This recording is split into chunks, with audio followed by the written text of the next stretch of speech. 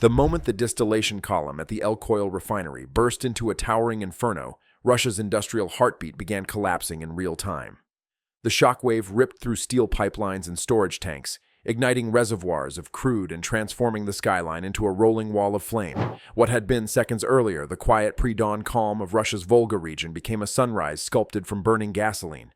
At precisely 3:47 a.m., a coordinated strike by 4 Ukrainian FPV drones delivered by their mothership hit with such surgical synchronicity that the entire refinery folded into chaos. From the outside, it looked like a single perfectly executed attack, a flash of brilliance in the night. But the firestorm that followed was not an isolated event. It was the final movement in a 6-hour operation that had been engineered with near mathematical precision. To understand how Ukraine created that moment, the story must rewind to its calculated beginning. The operation began in total darkness at 9 p.m. on November 17, 2025. 10 Ukrainian Bula-class mothership drones lifted silently into the night from separate launch sites, each carrying 4 FPV-1 Assassin drones magnet-locked beneath them.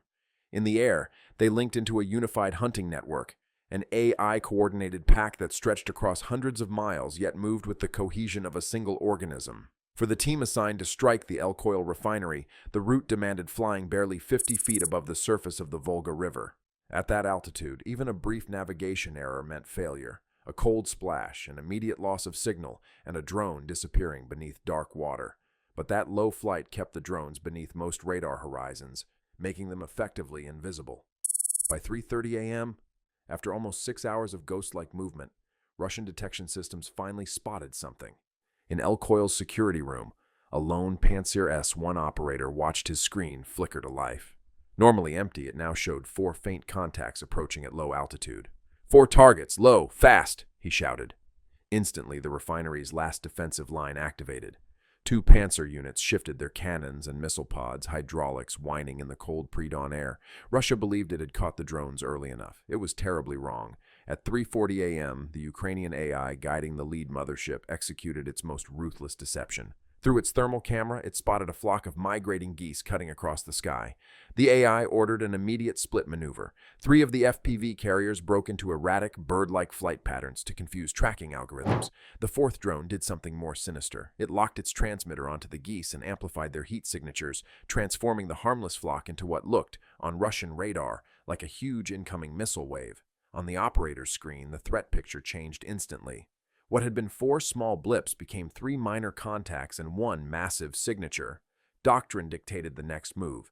Destroy the largest threat first. It was the wrong choice. Missiles roared into the sky, striking the false target in an explosion of feathers and debris. For 12 critical seconds, the Panzer's radar displayed only ghosts. The targeting systems were blind, exactly as the Ukrainian AI intended. Those 12 seconds were more than enough. All 4 Bula motherships surged forward at full throttle. At 3:45 a.m., they released their 16 FPV drones, which peeled away like miniature attack jets. Russian gunners snapped out of confusion and opened fire, blasting the sky with cannon fire and sending tracers slicing across the darkness. 12 FPVs were destroyed, turning into flaming wrecks that fell onto storage tanks and started new fires. But 4 survived, and at 3:47 a.m., Bula 4 did not withdraw like the others. Instead, it dove with its remaining FPVs. 5 machines, 1 mothership, and 4 assassins hit the refinery simultaneously.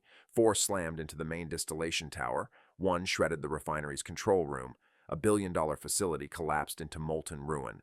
The final drone transmission was a mechanical whisper. Drop confirmed. Target locked. 3, 2, 1. Impact.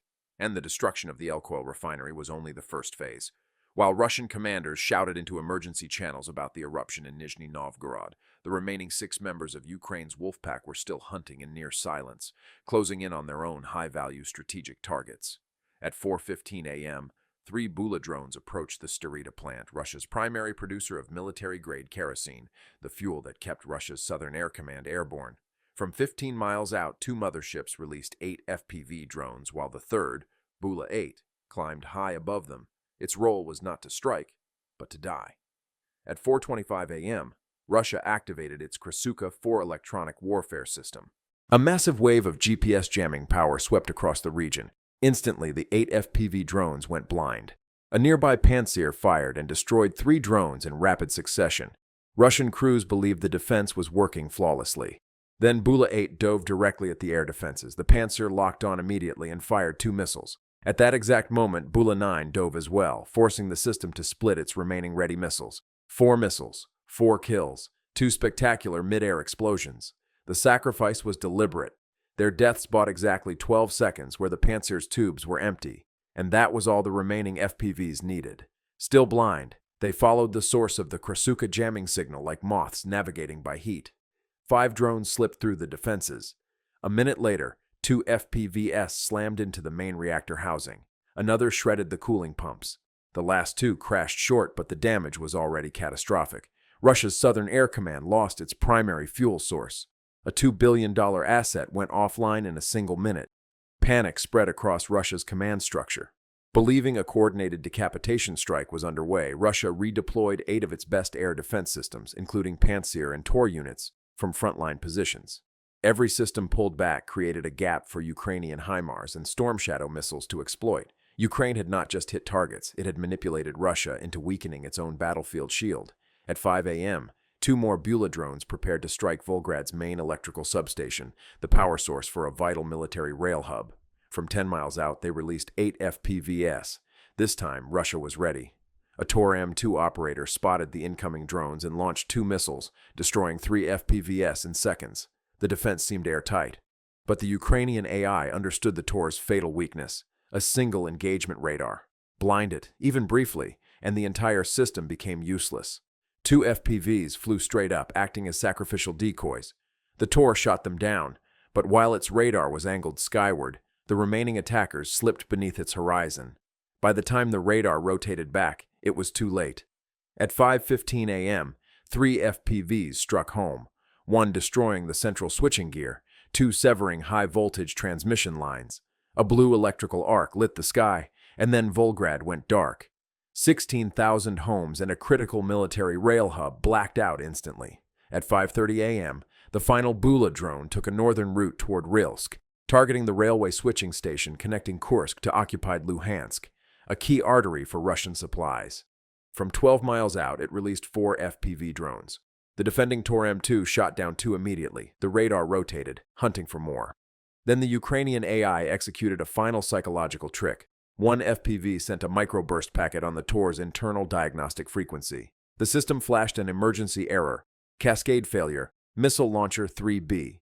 The Russian crew panicked, staring down at their consoles for 3 critical seconds. With their eyes off the radar, the drones vanished completely. At 5:38 a.m., 1 FPV obliterated the switching tower. The second slammed into an ammunition train preparing to depart. The resulting explosion shook the entire city and sent a shockwave rolling across the border into Luhansk. The last domino of a 6-hour operation had fallen, and all of it traced back to the decisive moment at 3:47 a.m., when FPV-1 and Bula 4 plunged into El Koil's distillation tower. That single strike mattered because Russian crews had bypassed safety protocols during overnight repairs. Their complacency turned a precision hit into a catastrophic chain reaction. The consequences were staggering. 40% of Moscow's gasoline supply went offline. The Southern Air Command lost its kerosene feedstock. A vital rail hub went dark. A major supply artery to Luhansk was severed. Russia was forced to pull elite air defenses away from the front. All of this damage, nearly $5 billion worth, in exchange for 3 fallen motherships and 36 FPVs. Less than $1 million in Ukrainian equipment had crippled core components of Russia's wartime economy. The larger message was brutal and clear. You can build a $500 million air defense shield, but it is worthless if your enemy is clever enough to throw an $8,000 drone around it. Ukraine isn't merely fighting harder, it's fighting smarter, re-engineering modern warfare in real time. And Russia is learning the cost of that evolution. 1 burning refinery, 1 darkened rail hub, 1 crippled air command at a time. If you were the Russian Minister of Defense waking up to this $5 billion disaster, what would you do next? How do you defend against a strategy built on mothership drones, AI illusions, sacrificial decoys, and psychological traps? Your answer might influence a future analysis.